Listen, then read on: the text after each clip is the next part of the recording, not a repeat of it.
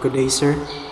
So, karon is I will perform the laboratory 7, which is the server side and client side scripting fundamentals. So, first DRIA is mag-set up daw tag development environment. So, we have here a XAMPP. So, after is butang tag atong file dito sa XAMPP, no? So, DRIA is nana ko'y nabuhat na folder para sa ato ang index nga sulod. So gibutang na ko siya diri sa XAMPP, then after is the htdocs, and then diri sa server side lab. So diri sa sulod sa server side lab na ako gibuhat diri nga index. So diretso ta dito sa VS Code.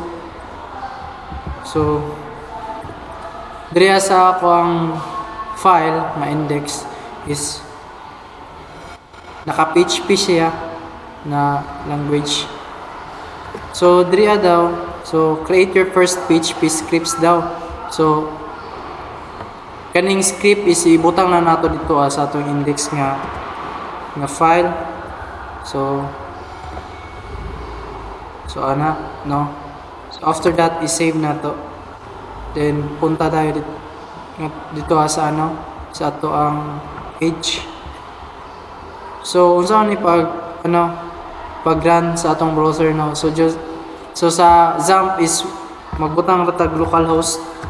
So diri na naka-indicate na daan natong folder and then the file na index.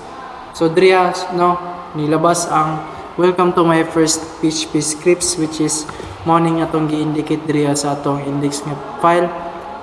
So next is working with PHP variables and data types. So ang pagbutang og mga variables and data types, no. So just like for example natay quandary kanang naka-indicate na daan nga data niya, no. So i-copy lang nato and then indicate nato dito sa ato ang index nga file. So after that i-save nato.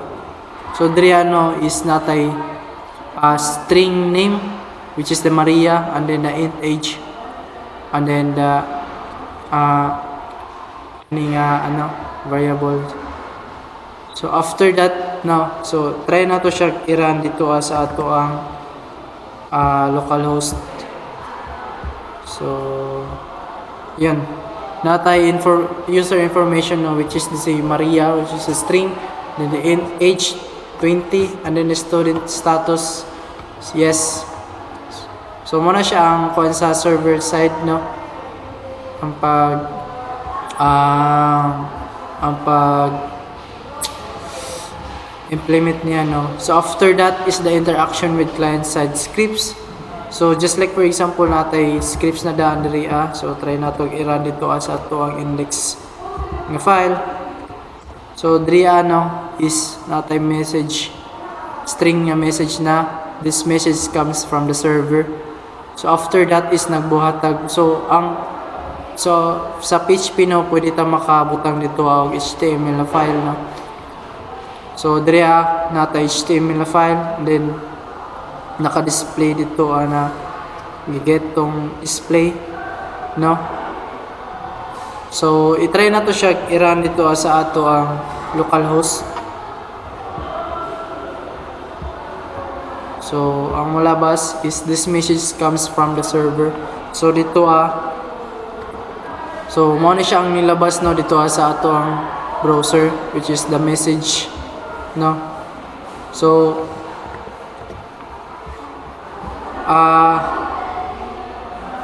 so mo na akong pag-implement sa server side and client side scripting fundamentals, no.